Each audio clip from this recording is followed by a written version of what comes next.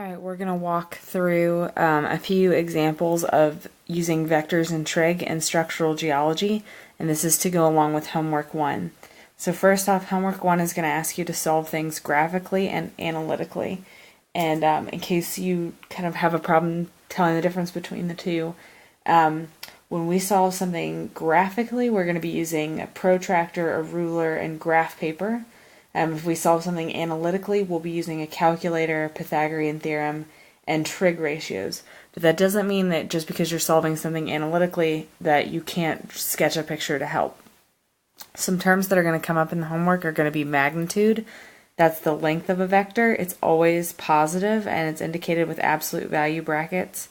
The angle with the positive x-axis, that's kind of a sweeping angle that takes you from the positive x-axis to wherever the vector is pointing. And then x and y components. And those are kind of the legs of a triangle, if you can imagine that vector as being a triangle. So let's do a few examples. Find, this means the magnitude of the vector k. If it's got a little arrow on top, that means it's a vector. So find the magnitude of k, the direction of k, and the x and y components of k when k is -3, 5. And these are kind of like those coordinate parentheses you may have seen in algebra, but they're what we use to talk about vectors. So -3, 5 centimeters, and centimeters are always important. You're going to want to note your units. So here I have a little coordinate plane. I have my scale. I'm going to consider every 2 boxes, which happens to be a ½ centimeter in length, to equal 1 centimeter. So we're going to plot the point -3, 5.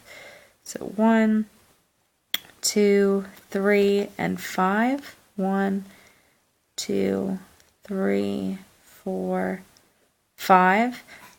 And then I'm going to come to where those tick marks meet. So this one's going to go up. And yep, matches with there. So that's going to be the end point of my vector. And I'm going to use a ruler. This is really important to keep your vectors straight. Looks like that. And then put an arrow at the end to show that it had direction. It was moving from the origin out that way. Okay, so graphically we want to find the magnitude of k. That means we're going to measure it. So I'm going to measure this. And it looks like k is 3 centimeters. Now remember that we did this to a certain scale where every ½ centimeter we measured was actually a full centimeter. So if we were going to count that on the ruler, that means here's 1 centimeter, 2 centimeters, 3, 4, 5, and 6. So k is about 6 centimeters.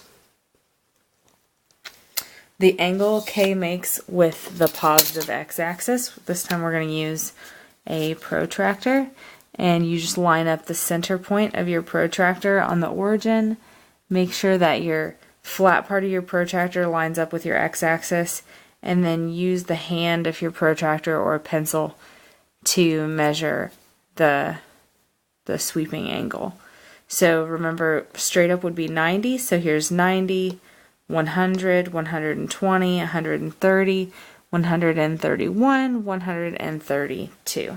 So k makes an angle of 132 degrees with the positive x-axis, and then kx and ky you just count over. So 1, 2, 3 centimeters is the x component, and it's negative. And then the y component was positive 5. So that's how we'd solve this problem graphically. Now let's look at how we would do this analytically. So analytically we're going to use the Pythagorean Theorem and our trig relationships. So remember, Pythagorean Theorem is where you take the legs of the triangle, you square them, it has to be a right triangle, and they'll add up to your hypotenuse squared, and sine, cosine, and tangent are all ratios. So sine theta of an angle in a right triangle is going to be opposite over hypotenuse.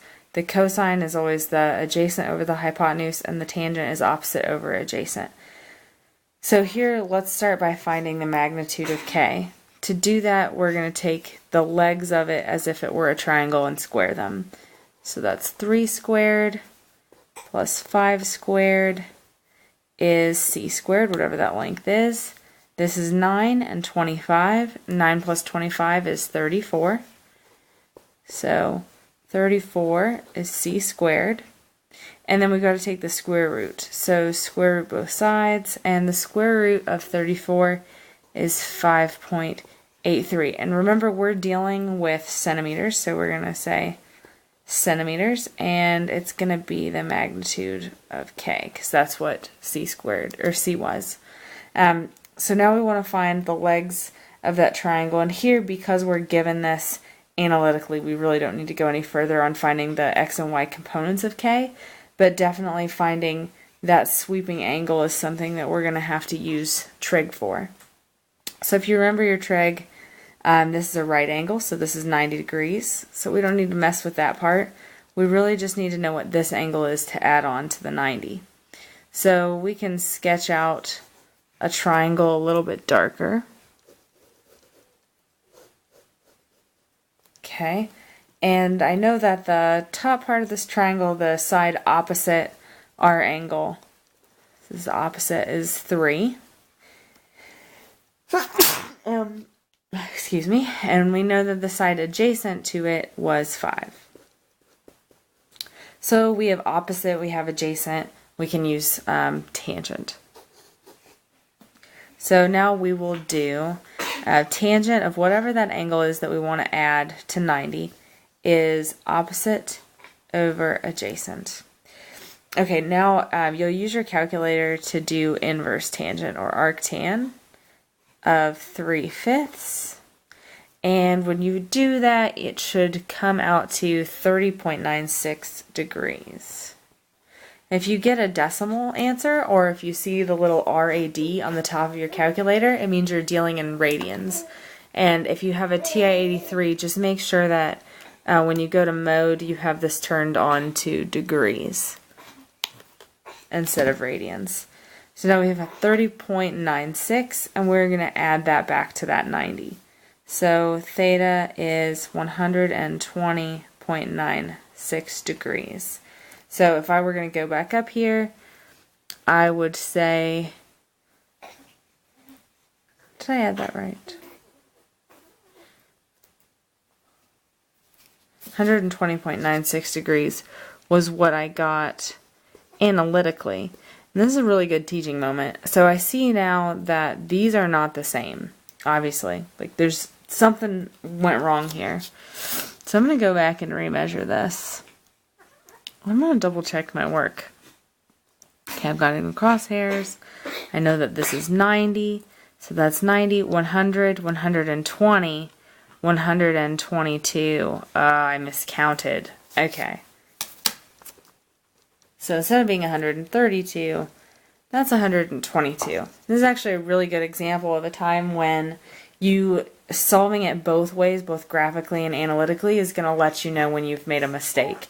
So anytime that something doesn't jive there, make sure you go back and figure out what went wrong and then try to fix that.